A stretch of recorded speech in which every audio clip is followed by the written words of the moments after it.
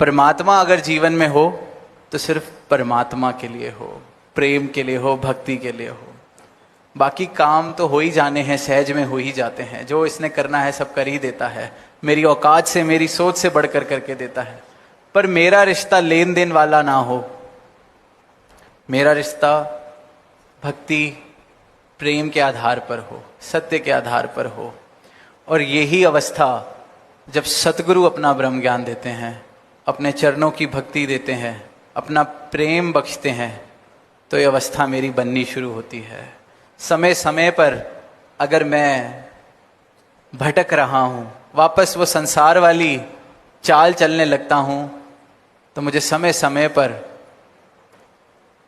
चेतन कर देते हैं, कभी अपने वचनों से, कभी अपनी लीला से।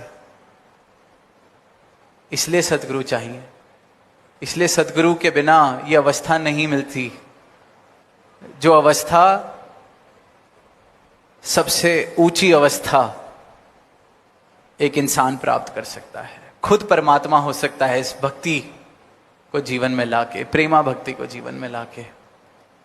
क्योंकि प्रेमा भक्ति इस ऊंचाई तक पहुंचा देती है मेरे प्रेम को कि वहां मैं बचता ही नहीं, जो प्रेमी है वो बचता ही नहीं, सिर्फ प्रीतम, सिर्फ ये रह जाता है। तो ऐसी भक्ति, ऐसी अवस्था हर एक मानव हासिल कर सकता है, प्राप्त कर सकता है।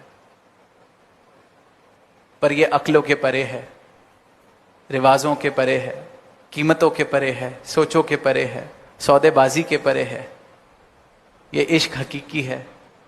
और वही फिर अंत में जो माता सविंदर जी ने 2 पंक्तियों में ही सारा का सारा सार कि इश्क हकीकी का यही असूल है, तू कबूल तो तेरा किया सब कबूल है। प्रेम से कहना